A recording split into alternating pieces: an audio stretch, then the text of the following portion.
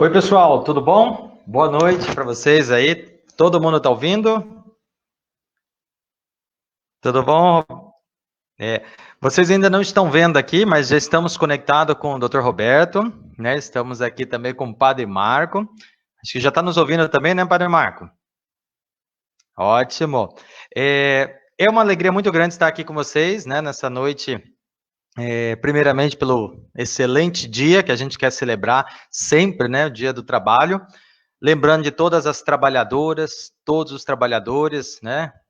Essa que é para nós talvez um dos grandes momentos da nossa transformação. Hoje o nosso assunto é exatamente ligado a isso, da cidadania, essa formação e mais do que tudo, o sentido dessa participação. Então, hoje eu estou aqui me sentindo de uma maneira bastante lisonjeada, né?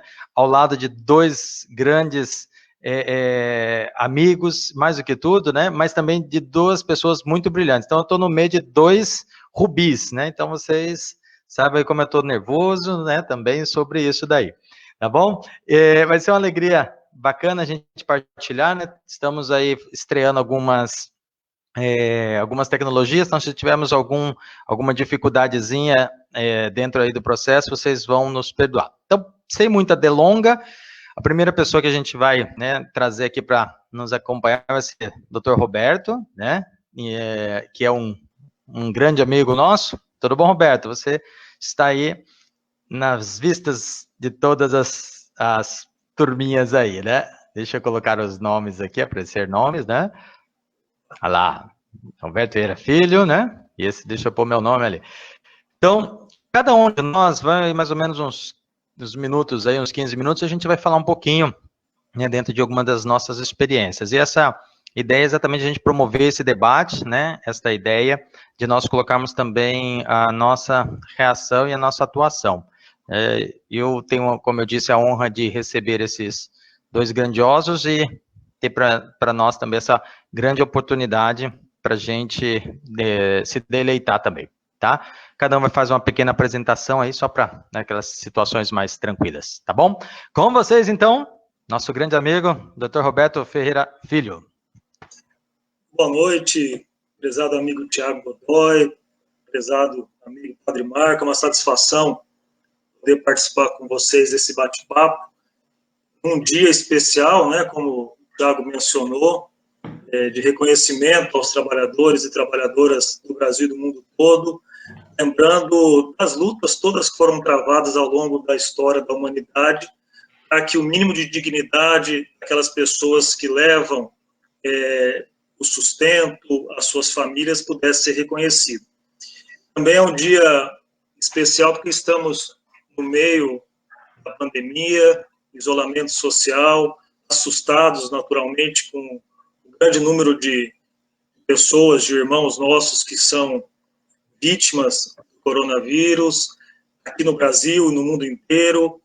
Nós estamos num momento em que a ciência, às vezes, é desafiada, é um absurdo, por incrível que pareça, né? Nós olhamos toda a trajetória da humanidade ao longo dos séculos, e quando existem coisas que eram para estar já consolidadas, nós temos que nos deparar com algumas pessoas que são negacionistas, ou seja, querem discutir o óbvio.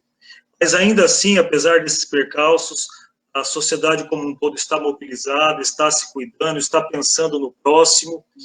E tem esse detalhe importante, Tiago, que essa pandemia, esse quadro de isolamento, de sofrimento, tem nos ajudado a nos tornarmos mais solidários, né? Porque quando você se cuida e cumpre as recomendações médicas, você também está cuidando do próximo, você está protegendo o próximo. Então, há esse dado que nós temos que considerar também. É aproveitar esse início, dizer que é um prazer grande, apesar da distância, falar para queridos amigos, amigas de Corumbá, de Ladário, guardo no meu coração uma saudade muito grande dos anos que trabalhei aí, que conheci a sociedade, e quando saí, Padre Marco, eu lembro que eu mencionei numa oportunidade que queria ser uma espécie de embaixador de Corumbá e de Ladário, no sentido de continuar tendo vínculo com essa terra tão querida, muitas vezes não valorizada como deve ser, mas é uma terra que marca a história do Tiago, do Padre Marco e a minha também. Então é um prazer muito grande poder conversar com os nossos queridos amigos de Corumbá, de Ladário. Também sei que há pessoas da minha cidade natal, Paranavaí, nos acompanhando à distância, amigos de Campo Grande, uma querida amiga lá da Paraíba, que estudou comigo na UEM, em Maringá, Elisângela, que também está nos acompanhando. Então, é um prazer grande. Sobre o tema, Tiago, é importante de cara nós entendermos que cidadania, ela rima com democracia, né? Então, é importante, nesse momento histórico, os mais jovens, sobretudo, não perderem o fio da história, lembrarem de momentos passados para que a gente não repita os mesmos erros. Não se trata aqui de caças bruxas, não é nada disso, mas de nós conhecermos a nossa história para não repetirmos, não permitirmos que se repitam os mesmos erros de outrora. Cidadania, no sentido muito singelo da expressão, tem muito a ver com participação política, não é só isso, esse é um dos significados, o direito de participação política, de votar, de ser votado, de fiscalizar a ação do poder público, de se filiar eventualmente a partido político, associação de moradores, sindicatos, enfim, você ter liberdade nessa movimentação, liberdade de expressão, de pensamento, de culto, de crença, enfim. Então, cidadania é você participar da vida política da sua cidade, do seu estado, do seu país, enfim, mas também é você ser destinatário de direitos humanos, ou seja, todo aquele rol que a humanidade vem construindo de direitos humanos, esses que eu já citei, tantos outros, direitos sociais, a moradia, a habitação digna, claro, a transporte, a educação, a alimentação, a saúde, aos direitos ditos coletivos também, ao meio ambiente protegido, a paz mundial, enfim, tantos outros direitos que nós estamos como humanidade construindo. Então, o cidadão é aquele que é o destinatário de todos esses direitos. E hoje, um detalhe, claro que o Padre Marco é especialista aqui da equipe no assunto, mas hoje também nós não podemos jamais nos esquecermos dos nossos irmãos migrantes, das pessoas que estão aí transitando, mudando de país, muitas vezes perseguidos, muitas vezes fugindo da fome, da guerra civil, enfim, do abandono, mas que devem ser acolhidos como cidadãos, porque hoje a fronteira, mais do que uma delimitação de território, tem que ser um instrumento de aproximação, de troca de cultura, troca de experiência de vida, mas não de limitação, não de afastamento. Então, nós temos que abrir a nossa mente também para reconhecermos a importância desse tema, o tema da migração, lembrando aí do sofrimento deste século, deste ano, de vários irmãos nossos que perdem a vida, perdem a saúde, perdem a liberdade, quando não existe essa compreensão. Esse ano, Tiago, Padre Marco, apesar da grave crise de saúde pública, também grave crise econômica, ainda assim nós teremos eleição aqui no Brasil. Nós não podemos nos esquecer, a eleição está mantida pelo Tribunal Superior Eleitoral, pelo menos até segunda ordem, né? Então, esse ano nós seremos, como eleitores, chamados mais uma vez a participarmos do processo político. Estarão em disputa as vagas para vereador, para prefeito, para vice-prefeito, em todos os municípios do Brasil. E olha que interessante, você, meu irmão, minha irmã, que é mais jovem, ou que não se recorda disso, por muito tempo, nós não elegíamos prefeitos das capitais, dos municípios de fronteira, eram indicados lá pelo poder central, ferindo, então, nossa participação política. E isso acabou em bom tempo. E por isso que nós temos eleições periódicas. E esse ano é uma eleição importante, porque o contato mais próximo que o cidadão tem é com o vereador, é com o vice-prefeito, é com o prefeito, ou seja, são seus representantes do município, mais do que do Estado e da União.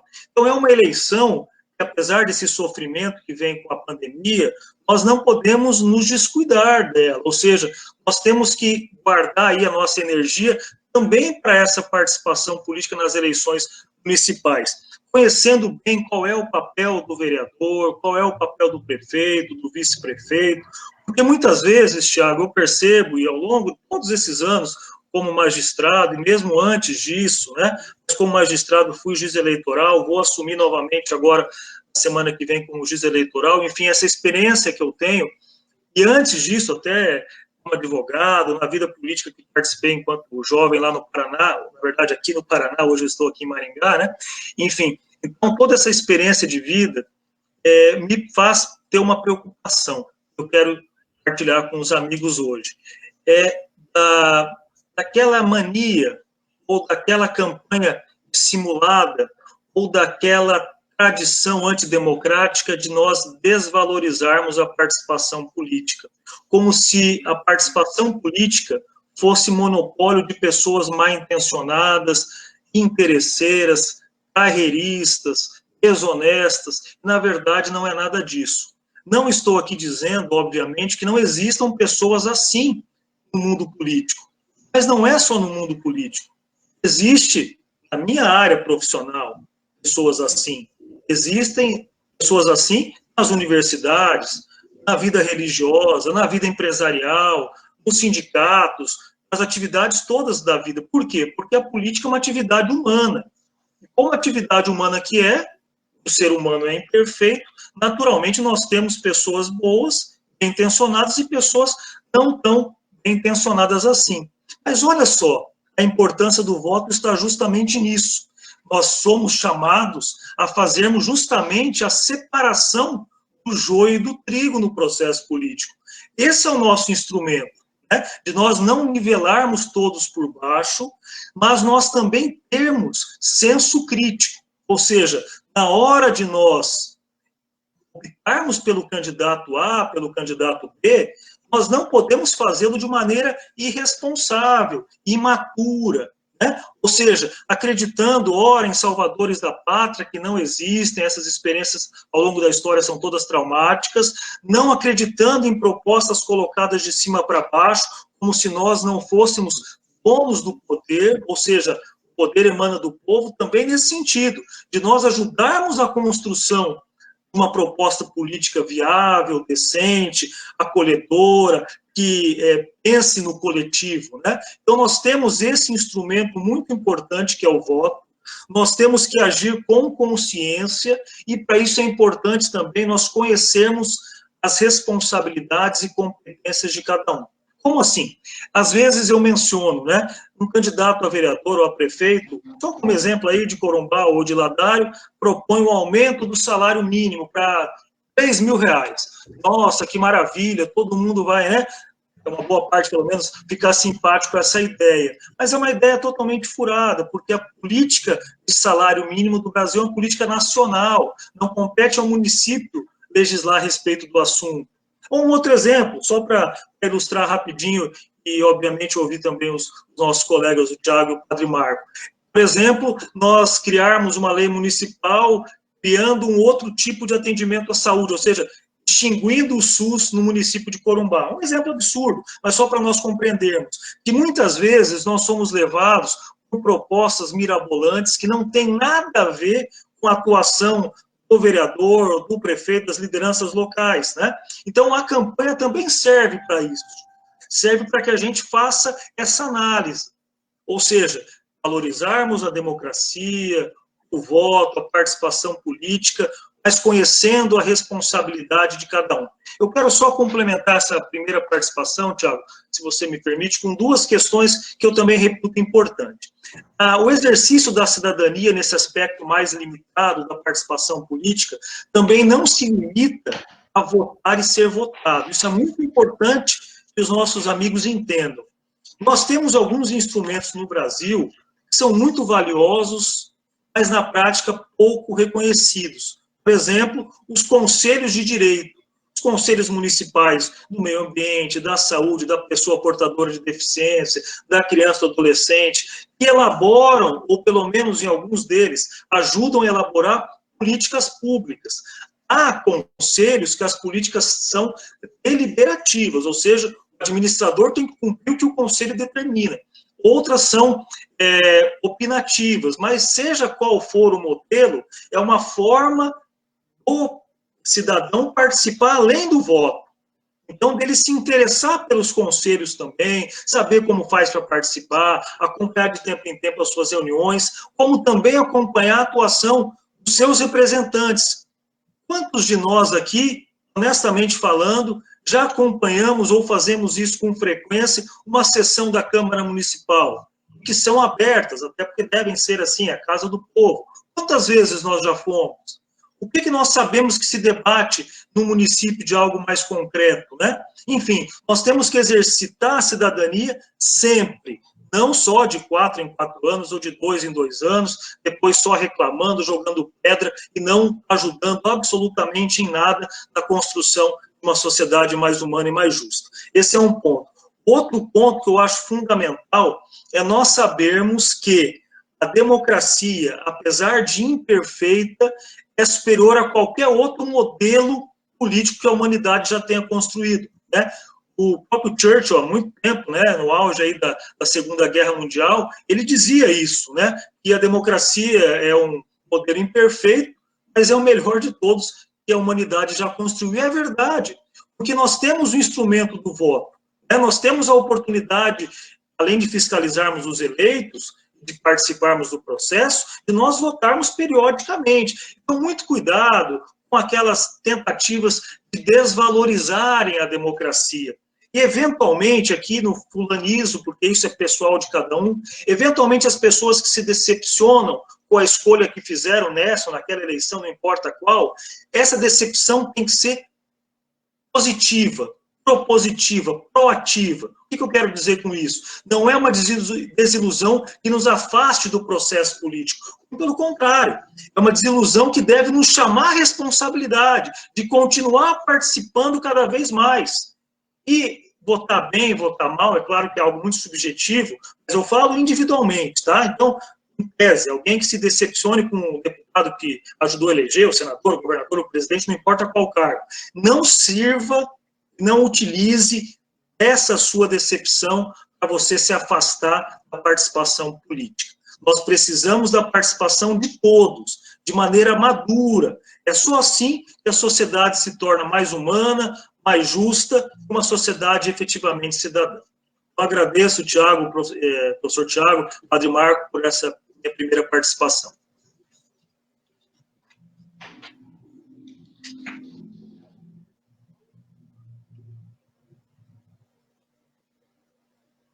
Muito bom, muito obrigado pela excelente e brilhante fala para nós, doutor Alberto, assim, né? A gente cria até no nosso coração, assim, uma grande emoção, escutando tantas situações tão bacanas, né?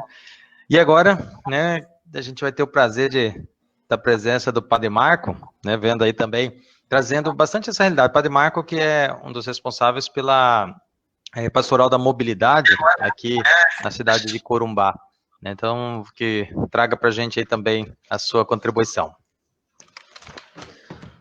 Boa noite, doutor Roberto.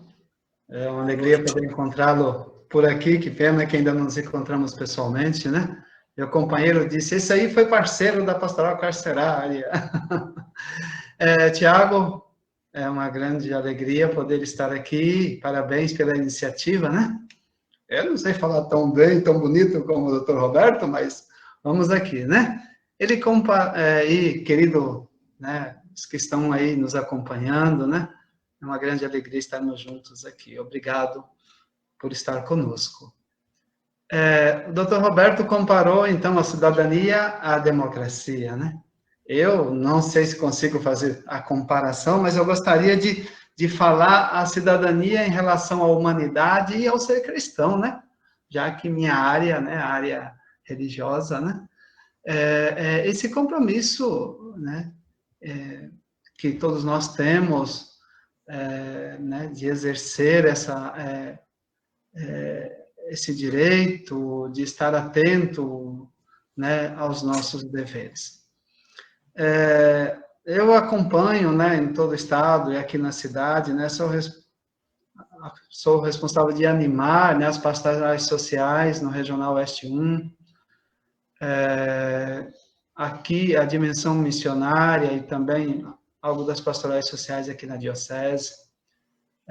Estou também na atual coordenação do CETRAP, do Comitê de Enfrentamento ao Tráfico de Pessoas de Mato Grosso do Sul. São realidades, assim, nessas pastorais sociais, e aqui especificamente na Diocese, né, sendo responsável da Pastoral de Fronteira Escalabriniana, da Pastoral da Mobilidade Humana, acompanhei até há pouco a Pastoral Carcerária,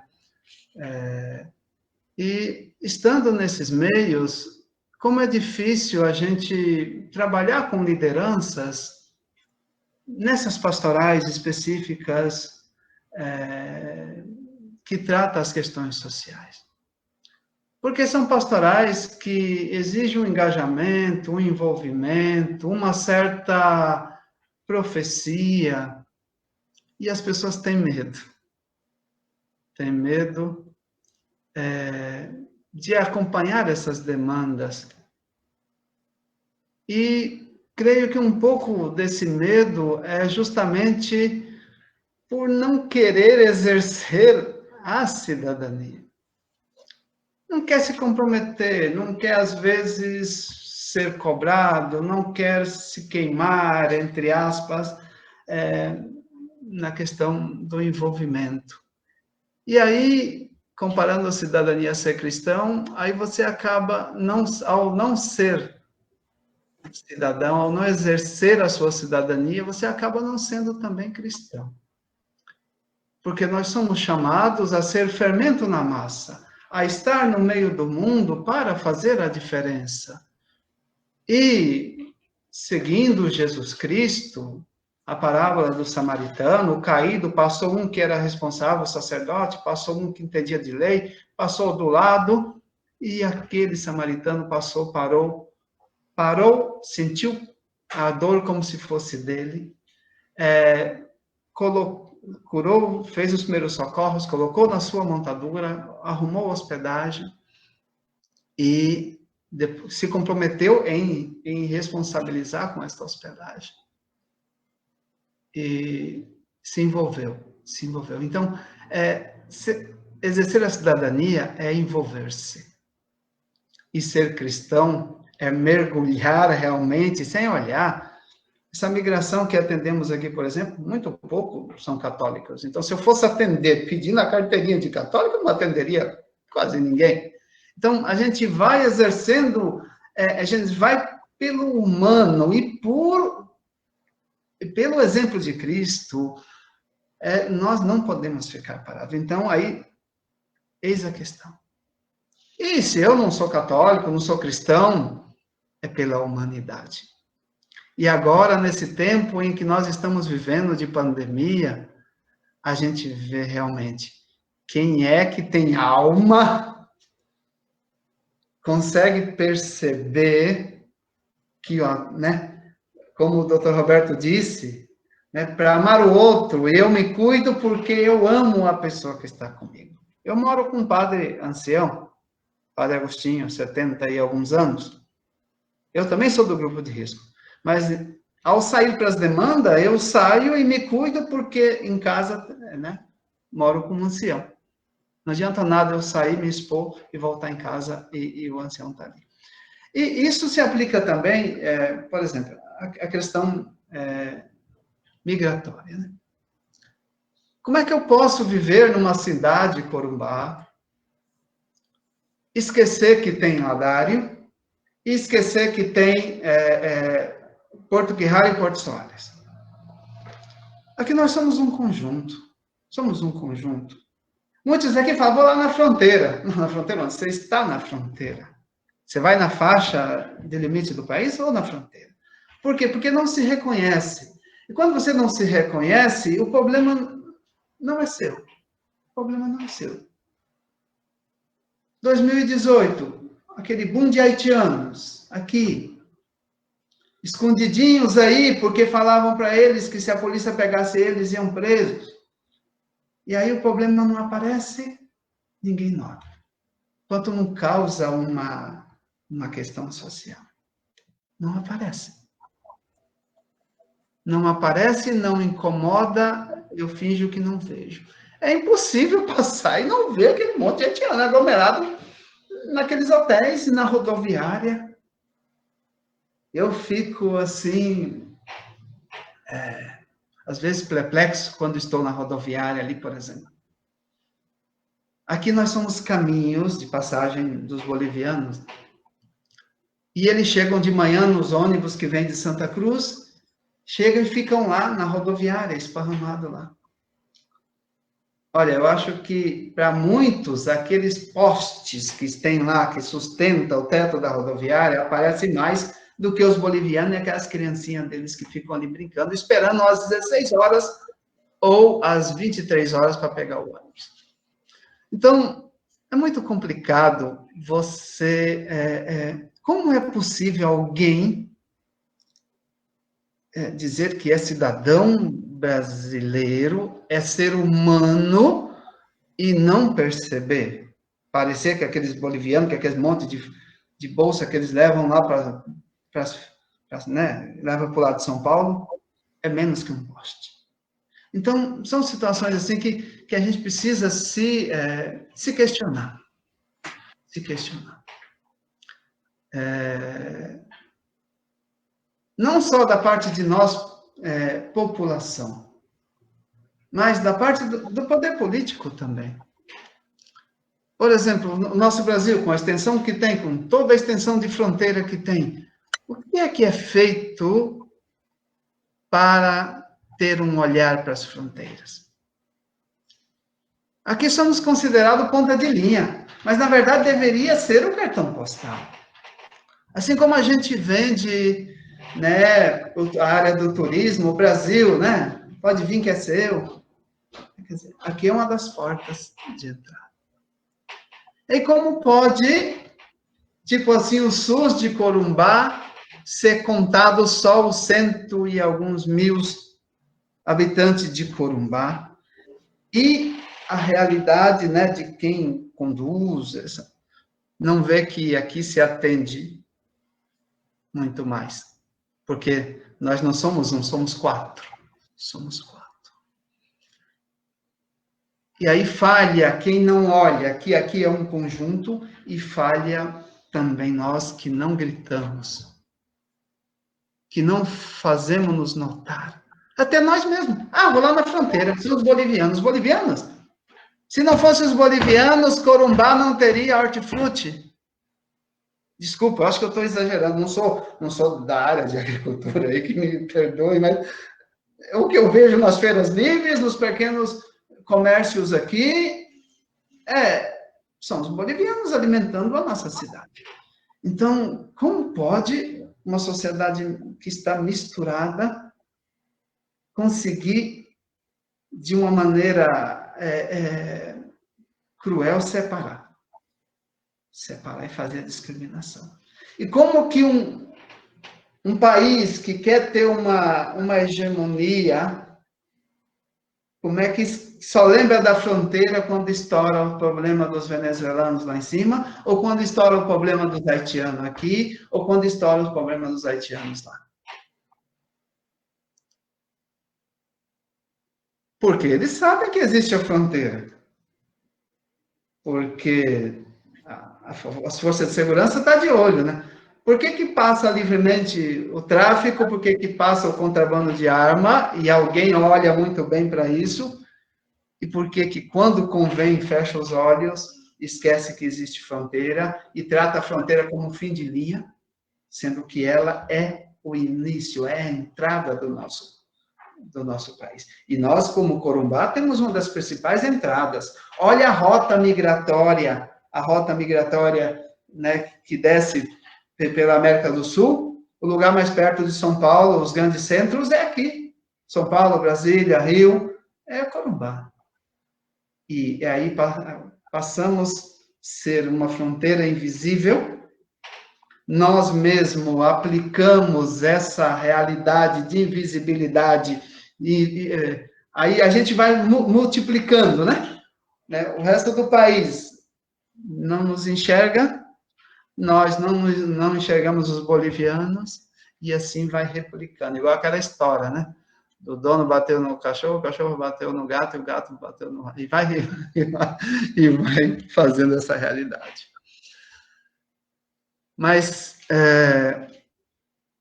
eu tenho, não é só questionamento, né? Eu tenho grande testemunho aqui em Corumbá, de quando, né, a pastoral e outros parceiros gritou por causa dos haitianos, nós atendemos e acompanhamos praticamente quase todos os 5.000, 6.000 que passou aqui de fevereiro a início de 2019.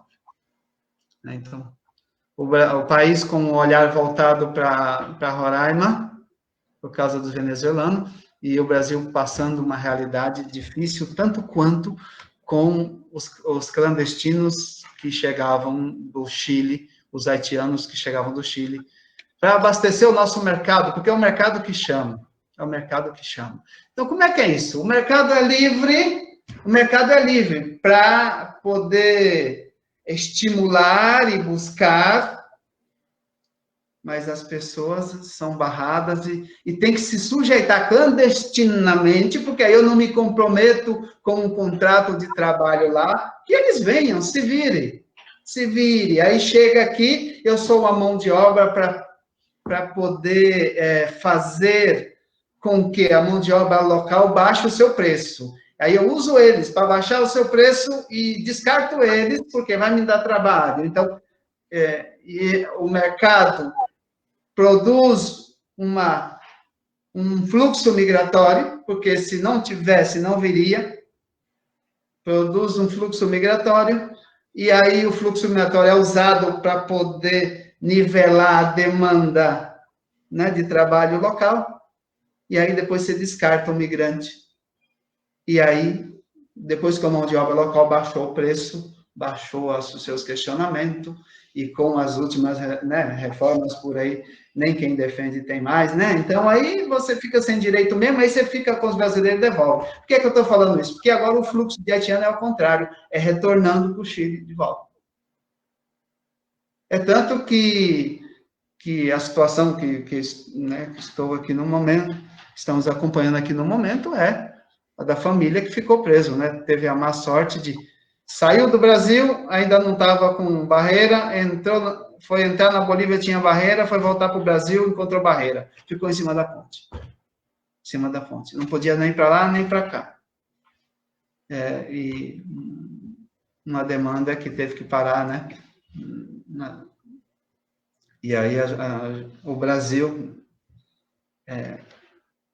permitiu o reingresso deles, e está aqui em Corumbá sendo acompanhado, né, pela pastoral, pelos voluntários. Temos aqui o circuito imigrante que é um coletivo que junta também todas essas pessoas e entidades, instituições que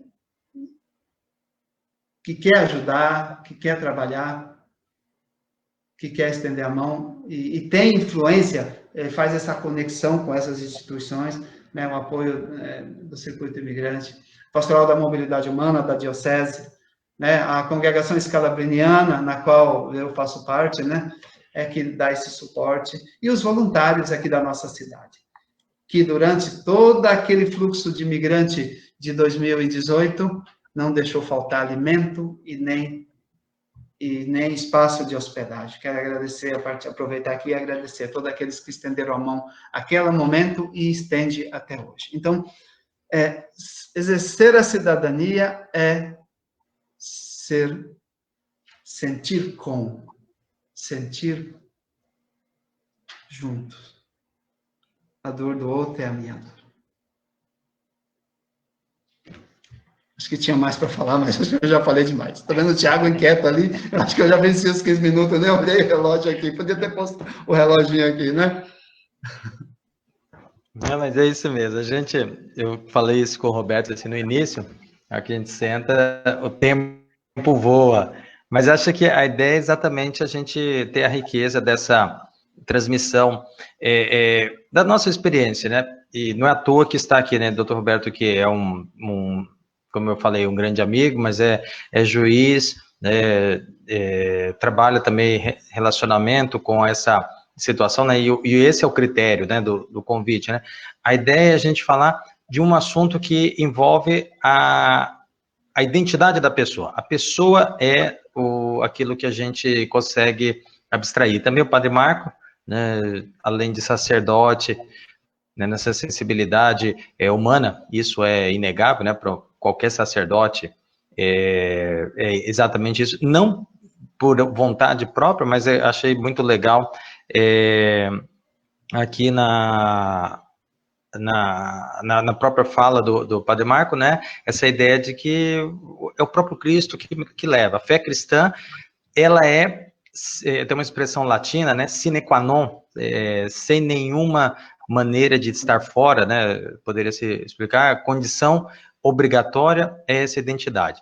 E o que eu queria exatamente partilhar é essa ideia, né, eu sou professor, e a minha vivência dentro da sala de aula, né, esse ano eu completei 21 anos que eu entrei pela primeira vez como professor em sala de aula, né, tenho grandiosíssimo orgulho por isso, né, tem grandes amigos professores que estão aí, né, eu, Roberto e Marco, eu tô com um problema sério, minha mãe tá assistindo a gente, então eu tenho que me comportar, né. Mãe, um beijo para você aí, obrigado, né, já ofereço um abraço para tantos amigos realmente que estão acompanhando a gente, as contribuições são fantásticas, né, e antes de entrar em algumas delas, inclusive para a gente também, né, podemos continuar a colocar aí nas nossas escritas, né, nos comentários disso.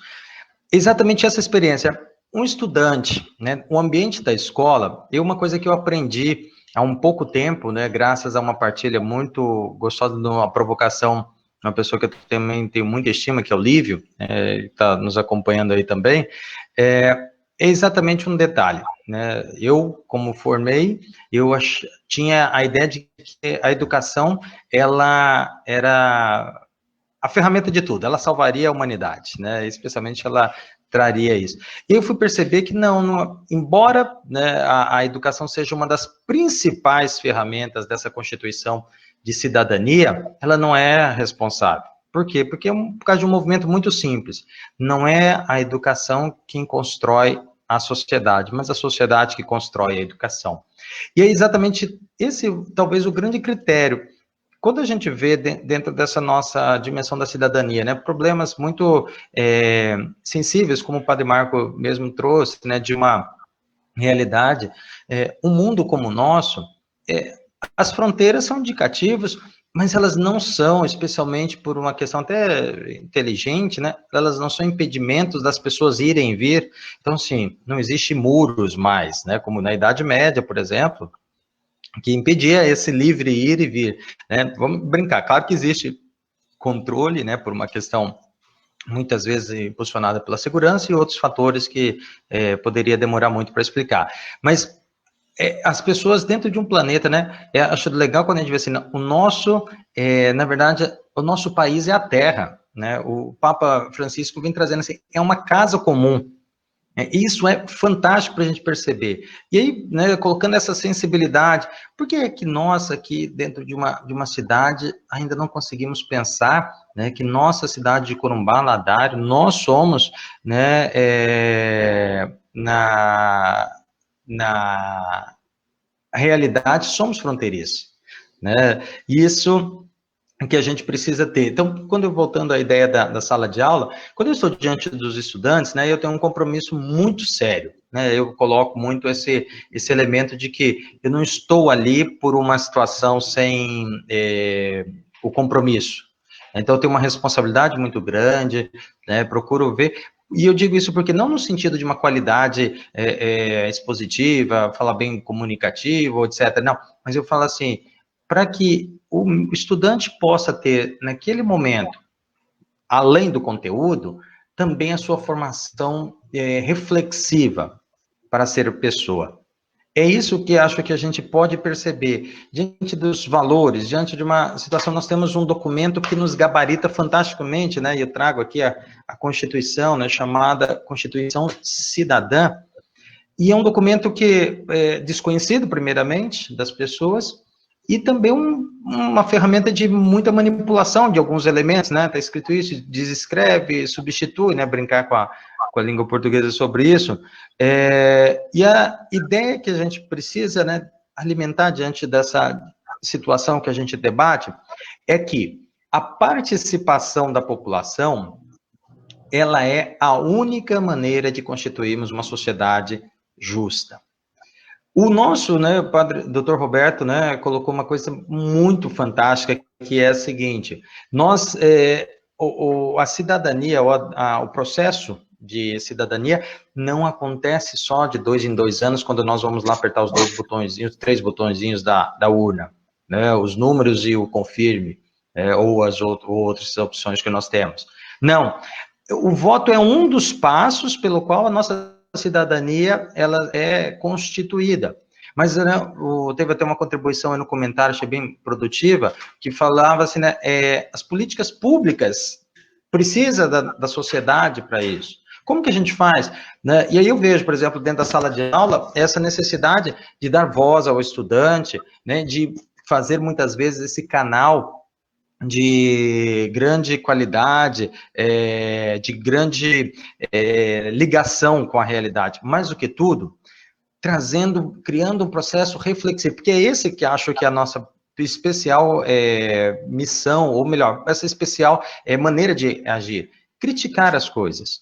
Nós não precisamos ser constituidores de coisas eternas. A vida muda, a ideia humana muda. Eu sou formado em filosofia, né? Então, para mim, tem uma transformação fantástica. Eu sou apaixonado pela humanidade por um motivo especial. Não porque eu sou ser humano em si, mas porque nós somos de uma capacidade sem limite, e é o movimento da filosofia. A filosofia, ela nasce primeiro da pessoa. É interessante esse processo. Primeiro nasce o filósofo ou filósofa, ou seja, quem é o filósofo?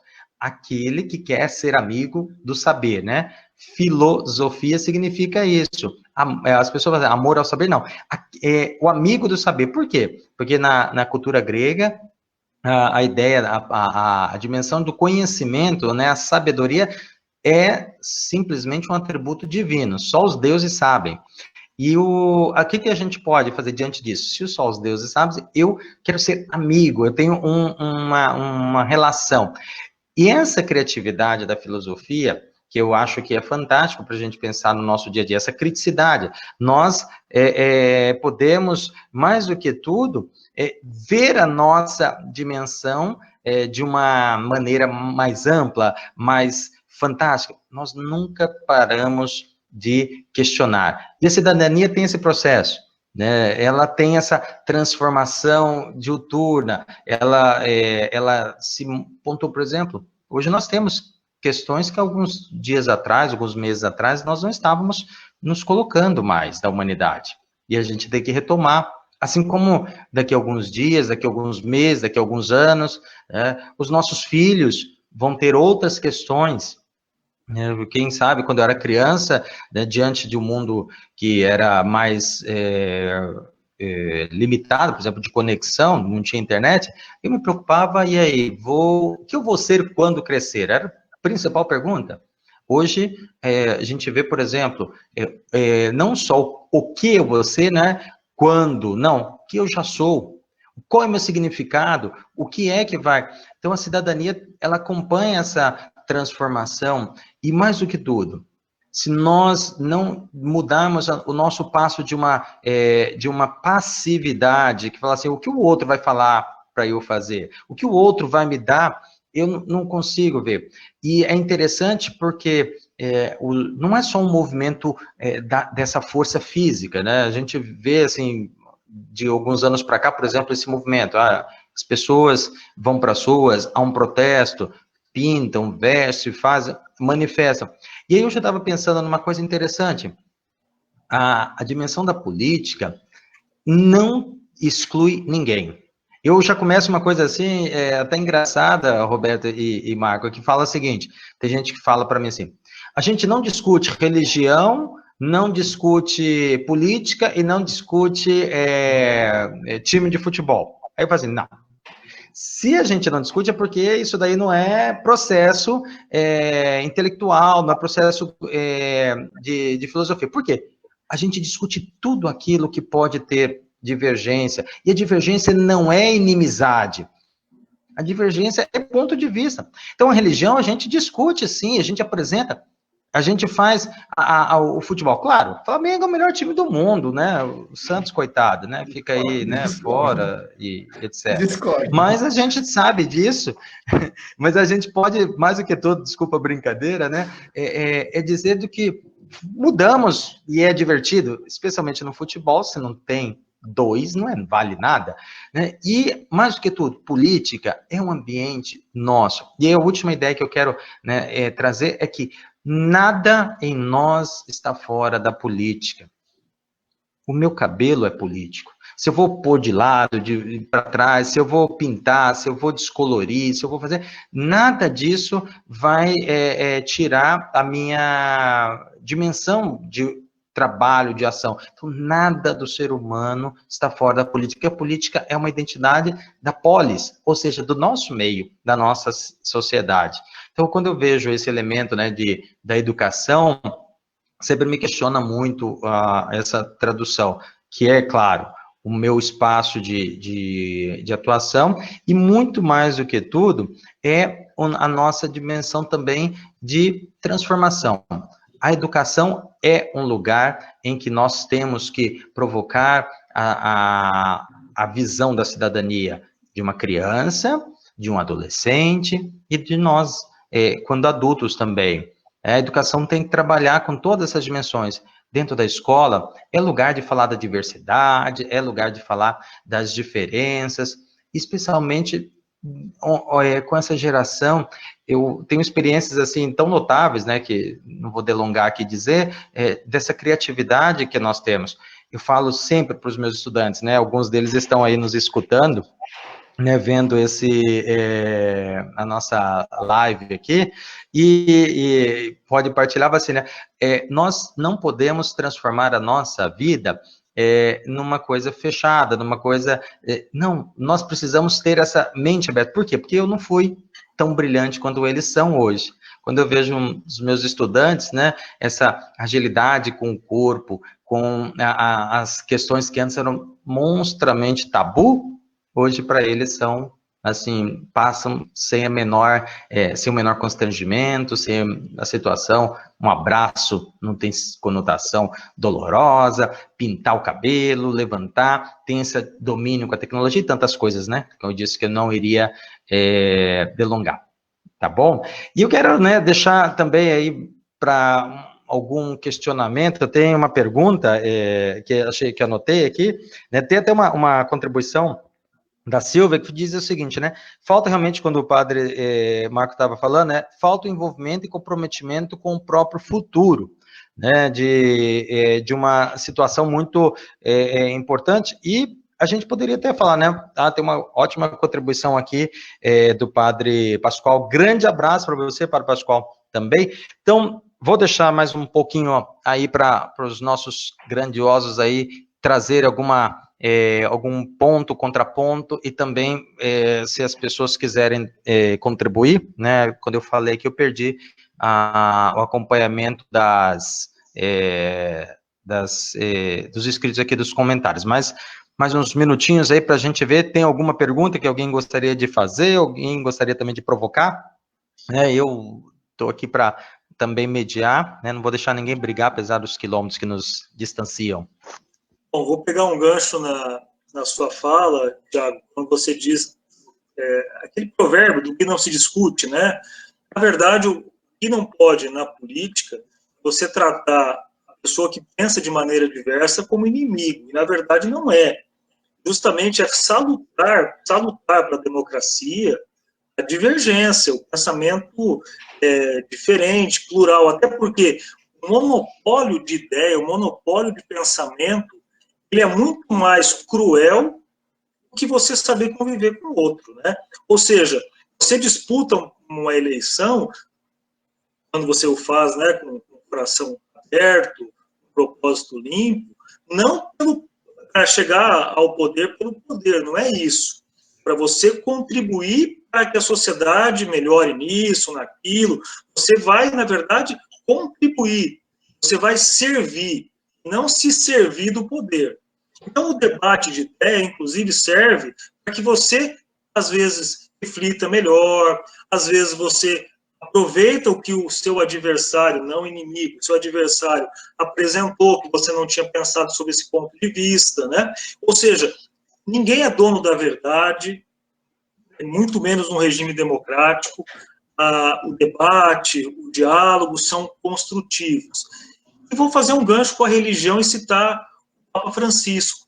Um dos melhores amigos do Papa, não sei se é vivo ainda a pessoa que eu vou citar, o Rabino, esqueço o nome, o Rabino lá de Buenos Aires, né? Os dois escreveram juntos várias obras, inclusive. Um é judeu, o outro é católico. Ué, qual que é o problema disso? Nenhum, pelo contrário. Né? Você dialogar com quem pensa diferente não enfraquece a sua convicção. Pelo contrário, te humaniza.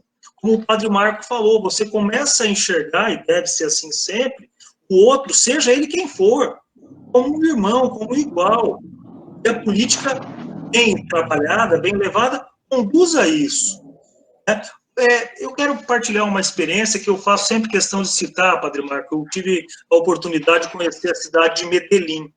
Todo mundo conhece Medellín, né? Um problema muito grave na história, a questão lá dos cartéis de droga e tal, e pela televisão até isso foi popularizado. Mas olha que coisa fantástica. Medellín se reconstruiu, ela tinha o maior índice de homicídio por 100 mil habitantes da América Latina inteira. Hoje o índice é muitíssimo baixo, mas olha a contribuição da sociedade. A sociedade tomou conta do poder, a palavra é se empoderou, criou base mínima de ideia, de proposta, de pensamento do município, e seja quem for o prefeito, ou quais forem os vereadores, aquela base, aquele mínimo não é alterado. Ou seja, os eleitos, eles podem contribuir, aperfeiçoar, mas jamais retroceder, jamais destruir o que a sociedade ajudou de maneira partilhada, com visões diferentes, a levantar. Olha que interessante. Medellín é a única cidade da Colômbia que tem metrô. E lá, parecido com o Rio de Janeiro, há muita população que mora em morros, né? Então você tem, além do metrô tradicional, você tem o metrô cabo, é o metrocable que eles chamam, e tem, inclusive, escadas rolantes para a população lá do alto do morro chegar com um pouco mais de conforto à sua residência. Os principais parques, laboratórios, foram construídos lá na periferia, não no centro da cidade. E tudo isso foi o quê? Foi imposto? Foi um Messias, um ungido? Não. Foi a sociedade, foi o exercício pleno de cidadania. E beneficia a quem?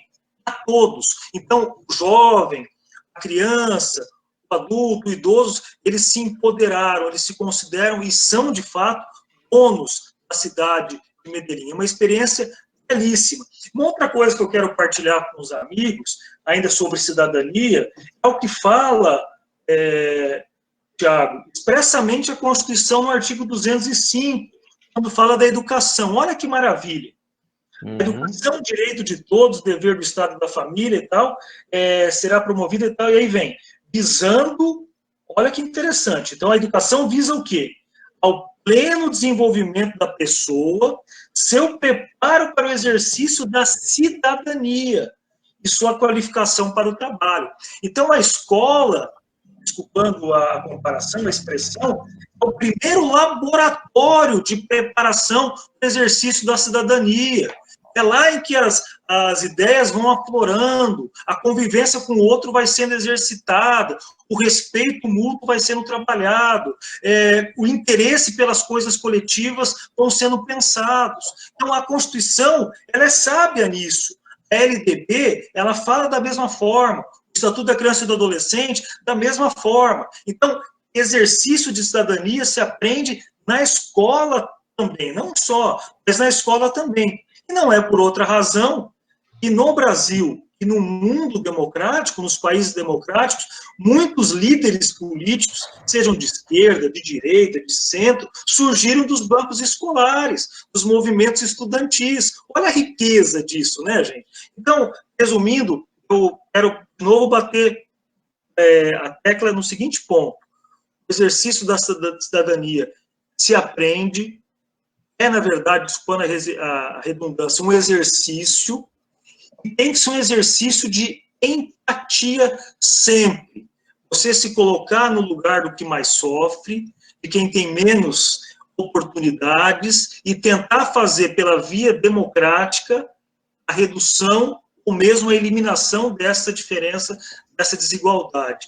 E a empatia também faz com que você enxergue o outro, e faço minhas as palavras do Padre Marco, seja ele quem for, não importa a sua crença, se tem credo ou não, sua preferência política, sua idade, enfim, sua nacionalidade, seja ele quem for, ele tem que ser tratado como irmão. E a dor dele tem que te tocar.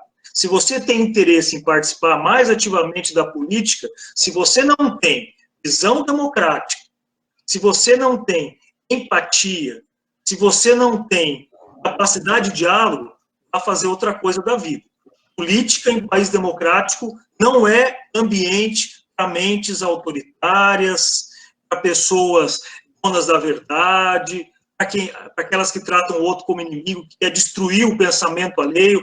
Esse tem que ser democraticamente banido da vida política. Política é a casa do diálogo, do respeito mútuo, da construção coletiva e da empatia.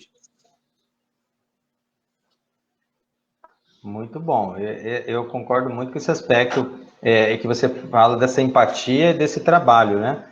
E acho interessante a gente destacar essa construção de, né, até a Lídia colocou uma ideia, acho que tem uma ligação com isso, que a divergência nunca está excluída, né? A gente sempre se posiciona sobre alguma coisa. O importante, que acho que é o ponto central, a Lídia descreveu lá no comentário muito bem, que a gente não elimina o contrário, né? E às vezes a gente fala assim, porque o partido X não presta, corta. Não. A divergência é a discussão desse processo, a gente não elimina a dimensão. A diferença é o posicionamento. Vamos ter, por exemplo, maiorias, e quando se tem maioria, você tem a minoria. Quando você não tem maioria, você tem absoluto. O absoluto na sociedade não tem como existir. As ideias, por exemplo. E antes de passar para o Padre Marcos, né, uma outra ideia que eu achei bem interessante aqui do Padre Pascoal dizer dessa experiência educacional, que ele traz o exemplo de Dom Bosco, né, que é o meu mega guru da educação, né, se me permite a usar a experiência, é formar os bons cidadãos, né, formar a pessoa para a cidadania, ou seja, embora Dom Bosco, um sacerdote do século XIX, né, ligado ainda a um resquício de um cristianismo bastante forte, dos ismos, né, mas ele fala assim, né, além de ser bom cristão, a gente precisa ser um bom cidadão, né, ou a gente não pode ser, dentro da nossa igreja, dentro da nossa fé, santos, organizados, protocolados, mas lá fora a gente não ser. Eu lembro de uma vez, só um exemplo, né, de uma situação quando uma pessoa estava reclamando, por que tal coisa assim, e batia no peito pelas situações da vida, da sua fé, né, não sei muito detalhe, mas aí alguém falou para ela dias depois, né, assim, porém, essa sua fé não te deixa, por exemplo, assinar a carteira da empregada doméstica da tua casa. Só para um exemplo, né, sem entrar em balizamento de qualidade, mas o levar a isso, né? Não é verdade, Padre Marco? Tem uma questão que o Ricardo falou que eu vou querer responder, mas deixa o Padre Marco falar um pouquinho. Pois é, então, vou iniciando a conversa, né, por Medellín, né, doutor Roberto, que saudade, também tive a graça de conhecer, e aí ajuda a confirmar toda essa realidade, né? Tiago, você está na posição de um grupo de heróis, né, do nosso país, que deve zelar por uma educação realmente que forme cidadão. Porque eu fico um pouco preocupado de grandes tendências atuais de eliminar o inimigo, né? Eliminar o inimigo, e aí você não tem confronto, né? Mas o próprio Jesus disse, vocês acham que eu vim trazer paz? Não, eu vim trazer guerra. Eu vim trazer fogo e oxalá esse fogo já esteja aceso. Por quê? Para haver, para que haja um posicionamento. Porque nós não precisamos de massa, nós precisamos de cidadãos. Você só pode dizer que o Flamengo é um grande time porque você tem um Corinthians do outro lado, cara. Para comparar que ele é um grande time, porque se fosse só o Flamengo, seria a seleção brasileira. Entende? Não é a seleção brasileira, é um dos times do nosso país que concorre também com o Corinthians, que é um outro grande time. Então, você deve assimilar os valores, as realidades que você acredita, junto com os valores universais, entre eles o de humanidade, que deve estar em todos, e com um posicionamento, tanto político, religioso, quanto, né, de outras escolhas e opções pessoais, ele só é válido quando você consegue enxergar o do outro e respeitar e valorizar o do outro.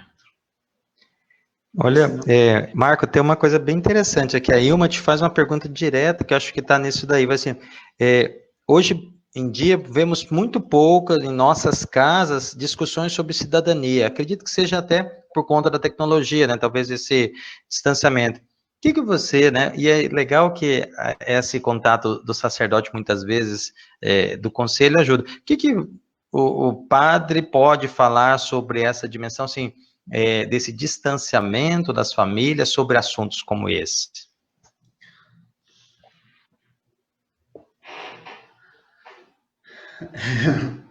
Eu tenho até medo de falar, né? Mas se já era talvez não notado anteriormente, eu fico muito preocupado até de abordar isso aqui, é que ultimamente, né, os últimos momentos políticos que nós vivemos,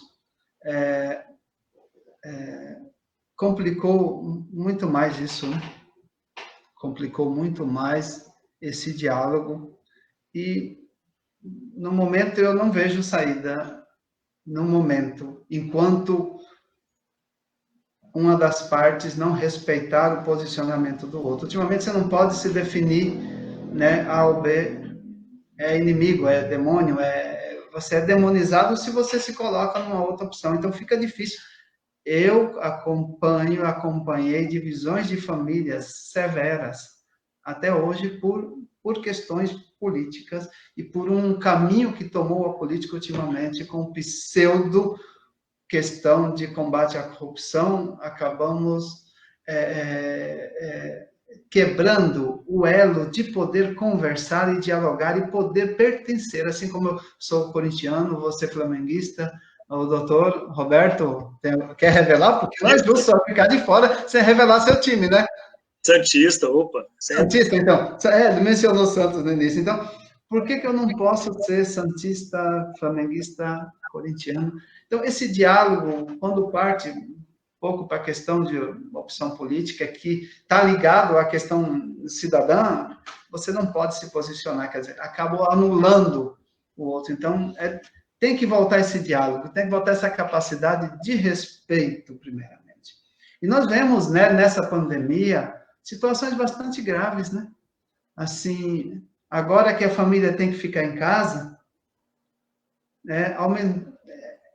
é uma possibilidade da gente também, da gente rezar, da gente poder colocar o papo em dia aqueles que não tinham oportunidade, e também de juntos dialogarem, apesar das posições contrárias, de que maneira podemos contribuir para um espaço melhor, Mas vemos o crescente violência doméstica, violência, né, contra o menor, por quê? Porque agora está todo mundo em casa, aumenta muito mais. Então, para responder aí, eu acho que deve haver sempre o diálogo e o respeito ao diferente para que possa acontecer isso aí. E eu já aproveito que delonguei, não sei se tem mais alguma coisa, mas você mostrou um livrinho verde aí, mostra de novo aí esse livrinho verde. Mostra aí. Ah, esse aí. Junto com esse livrinho verde, eu te apresento esse aqui, ó. Só que não esse aqui para me pôr debaixo do braço, tá? Esse aqui para fazer o que está aqui, que é também respeitar aquele livrinho ali e colocar em prática, no dia a dia. Sendo humano, é que eu vou ser cristão. Cristo foi tão humano que só poderia ser divino. Não posso terminar sem falar do meu fundador, já que você colocou o fundador aí. Se eu não falar do meu fundador, vou ser despedido da minha congregação, né? João Batista Scalabrini dizia: migram as folhas, migram os pássaros. E por que não pode migrar o homem? O ser humano. O Brasil diz: nós acolhemos muito migrante. O Brasil não acolhe nem 3% da migração de brasileiros que está fora. Então, tem muito mais brasileiro fora. Agora, talvez na pandemia, o Brasil trouxe de volta, né? Muitos. Mas tem muito mais brasileiro migrante fora do que migrante aqui dentro do país. Então, como é que eu quero que o estrangeiro trate bem o meu conterrâneo brasileiro? Muitos sofrendo aí na Europa, nos Estados Unidos, em outras regiões aí, se eu trato mal o migrante aqui. A nossa... Roberto, tem acho que uma pergunta bem legal aqui. Sim. O André fala assim, cidadania é também acesso aos direitos fundamentais, né? Como que isso pode se dizer, né? Se há cidadania nessa nossa democracia brasileira? O que nosso grande amigo juiz sabe e dizer sobre isso? Bom, eu vou responder com prazer o André, mas eu quero só aproveitar e responder também o Ricardo Carvalho. Ele fez uma observação muito importante. Ele menciona assim, quando eu citei a conversa, né, do Papa Francisco com o judeu, ele cita na pergunta um conservador liberal, ok, mas um humanista dialogar com um neofascista, um neonazista, não tem jeito. Não tem jeito mesmo, porque para você conversar, dialogar, sobretudo no ambiente democrático, você tem alguns pilares. E um dos pilares é o respeito aos direitos fundamentais da pessoa humana. Né? Então, quem vê o outro como inimigo, que quer destruir, que age com preconceito e com racismo, esse tem que ser eliminado da vida política mesmo. Então, esse aí, realmente, o Ricardo tem toda a razão. Esse está fora do ambiente do diálogo saudável da democracia. Na verdade, no início da nossa participação, André, eu mencionei que a cidadania, ela coloca o cidadão, o ser humano, enfim, como destinatário dos direitos fundamentais. Nós temos, rapidamente mencionar, 3 grandes blocos de direitos fundamentais. O primeiro são os chamados direitos individuais, são as liberdades, você não ser oprimido pelo Estado, sobretudo, né? Então, a respeito à sua intimidade, ao seu sigilo de comunicação, ao seu pensamento, a ir e vir, e assim por diante. Os direitos sociais são o segundo grande bloco de direitos fundamentais, são aqueles mais sensíveis, porque demandam diretamente políticas públicas. Educação, saúde, transporte, habitação, alimentação, e assim por diante.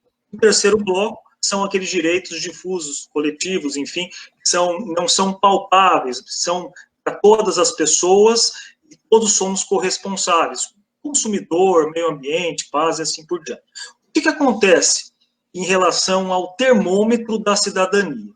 Vamos lá.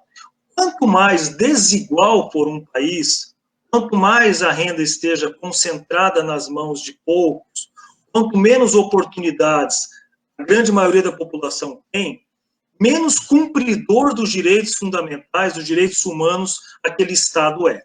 Então, assim, não é um fenômeno só local, isso é mundial, né? Mas o Brasil sempre ostenta, infelizmente, posição muito ruim no IDH, Índice de Desenvolvimento Humano, e, sobretudo, no Gini, que diz respeito lá à concentração de renda. Ou seja, nesse segundo bloco, sobretudo direitos humanos, a nossa cidadania não vem sendo atendida. O Estado é devedor dessas prestações, desses serviços públicos de qualidade.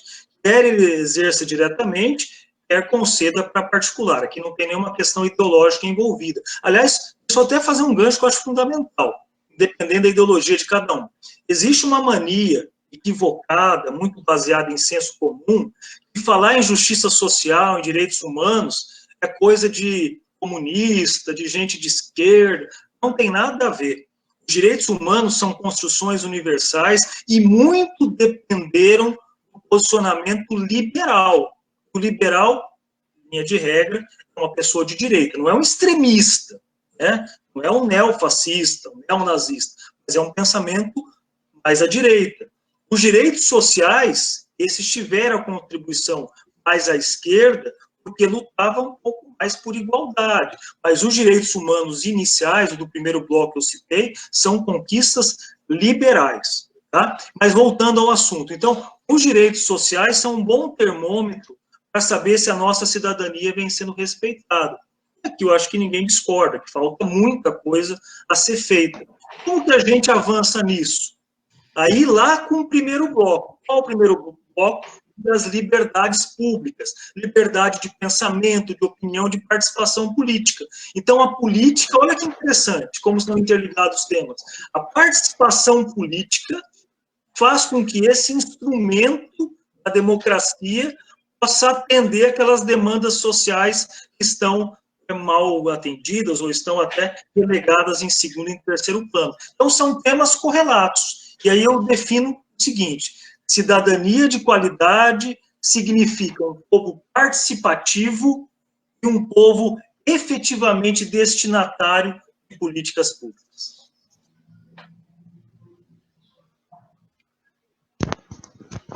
E essa situação é muito importante a gente ressaltar, né, que não é um privilégio a temática da cidadania para setores, né, é uma necessidade da sociedade, e isso é uma questão que eu acho, assim, primordial. Apesar de estarmos aí bastante empolgados, né, a gente não pode ficar aqui até a madrugada, né. E eu queria só dizer uma última coisa que o Ricardo comentou também, que eu achei bem interessante, que na verdade ele manifesta uma dúvida. O processo da educação, ele pergunta, né, como que é essa história da sociedade e educação? A educação, ela é fruto do pensar, né, a educação, ela não é só escola, né, a educação, ela absorve vários elementos aí. E a sociedade, no aspecto da escola, tem o canal mais privilegiado. Então, tudo aquilo que forma a pessoa é, na verdade, uma demanda que parte do anseio social, né? Então, você vê, por exemplo, exemplos não tão aprofundados disso, quando você vê até algumas estratégias absolutistas, né? O próprio nazismo, quando implementou, ele tentou reescrever a história. Então, ele tinha os monstros, né? Ó, isso daqui vai dizer não. Então, o que ele fez? Ele pegou fisicamente mesmo e os livros foram reescritos. Só para um dos exemplos de que qual que é a finalidade? O processo da escola é isso. Nós tivemos também uma experiência muito forte dentro da nossa dimensão histórica, né, que também demanda mais explicação, mas uma coisa que eu achei que cabe lembrar, né, por que muitas vezes esse senso comum atual é fruto de uma educação que não era acionada à crítica. Escreve aí, pergunta para alguém, né? De nós três aqui, eu, Roberto e Marco, nós não tivemos estudo de filosofia na nossa escola básica. Nós não tínhamos esse movimento. Não é verdade? Estou mentindo, Roberto? Estou mentindo, Marco?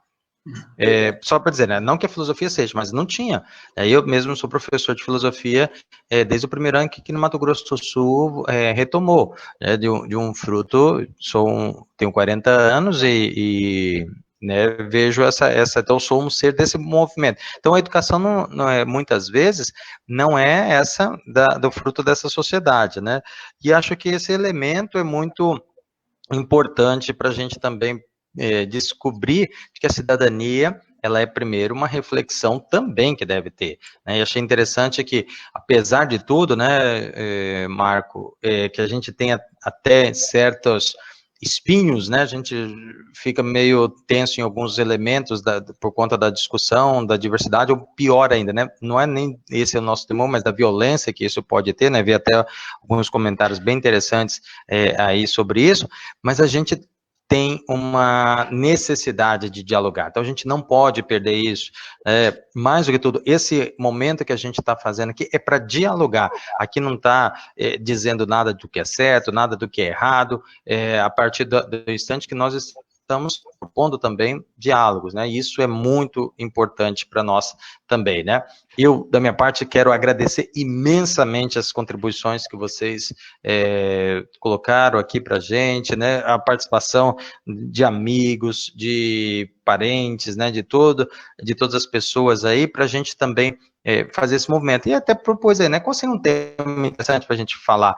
Né? A gente está aproveitando bastante das redes sociais aí para dialogar. De repente, já temos aí algumas ideias para a gente também contribuir.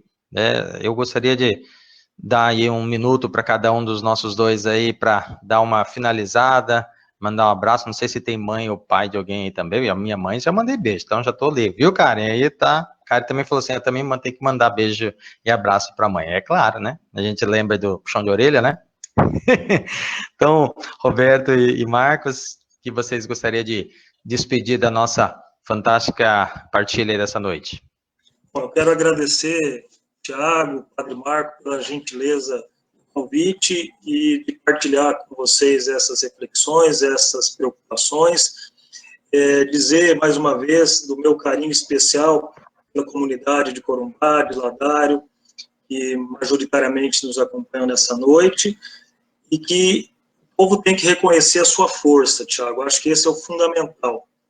Força é a participação. O povo que participa, que cobra, que é ciente dos seus direitos, não é massa de manobra, não é lembrado só em momento de eleição. E um ponto que eu sempre coloquei como juiz eleitoral e faço questão de partilhar a vocês, é que o cidadão ele tem que fazer um exercício de imaginação na hora de escolher o seu representante. Qual imaginação? É saber quem, entre os candidatos, tem condição ética, técnica, sensibilidade, condição humana, enfim, de fazer com que o bem comum seja cultivado, seja preservado. Política não é espaço para a pessoa defender o seu próprio interesse. Isso é politicagem. Política é para quem está disposto a servir, a se sacrificar, a pensar efetivamente no coletivo. Então, meu irmão, minha irmã que nos acompanha, coloque isso na cabeça e no coração na hora de exercitar a sua força pelo voto. Qual candidato efetivamente preenche esses requisitos? E aí a chance de arrependimento certamente é bem menor. Encerro dizendo, uma vez fazendo o exercício do voto, a sua obrigação como cidadão não terminou, não. Continua. Cidadania é um exercício diário. Muito obrigado, se cuidem, que Deus nos abençoe, nos ilumine sempre, que esse momento tão difícil da pandemia passe logo, que preserve as nossas vidas, as nossas famílias, os nossos amigos e a humanidade como um todo. Obrigado.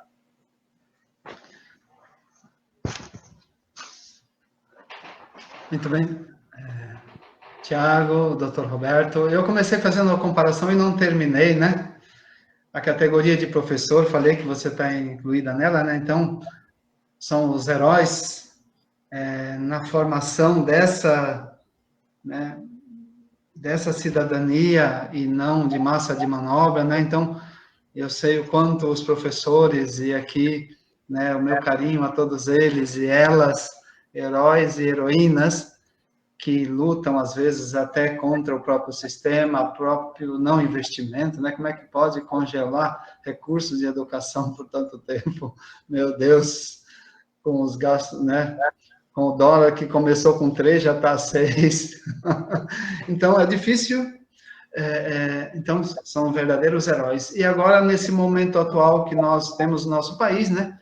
Se levanta um outro grupo de heróis e heroínas que estavam, né, mais ocultos, que são os agentes de saúde, os médicos, que nesse momento tão difícil, onde abertamente uma guerra entre economia e saúde, quem é que vai vencer, né? A vida, espero que vença, né? Eu não sou professor, mas já passei por um professor, né? Não sou médico, mas já passei por um médico. Eu tenho certeza que sabe o que eu quero dizer. E quero parabenizar os administradores, heróis, que realmente, mesmo talvez sem um balizamento de como fazer, optou por conter, de alguma maneira, conter esta pandemia que é devastadora. É a nossa consciência, é o nosso exercício de cidadania e de valorização e de carinho por o outro. Não são números, são vidas. São vidas. Então, quero também parabenizar esses heróis administradores que optaram por isso. Fique em casa, se puder. Porque quem ama, você quer sobreviver. Você mandou um abraço para a mãe, eu não posso mandar diretamente para alguém, porque senão eu vou apanhar, né? Senão eu vou apanhar, mas eu quero agradecer a todos aqueles que com carinho estão aqui me acompanhando e quero agradecer os grupos que eu acompanho e que são, eu não faço, não é o Padre Marco Antônio, é a pastoral, viu? Eu estou aqui só na frente dirigindo um veículo que tem aí muitos voluntários, tantas pessoas que de uma maneira direta ou indiretamente vêm aí, né, dar sua contribuição, uma mobilidade humana, a pastoral carcerária que eu acompanhei, o COMID da Diocese, as pastorais sociais da Diocese, tanto do regional e, né, todos aqueles valentes aí também do Circuito Imigrante, da paróquia aqui, e todos aí que nos colaboram conosco. Muito obrigado.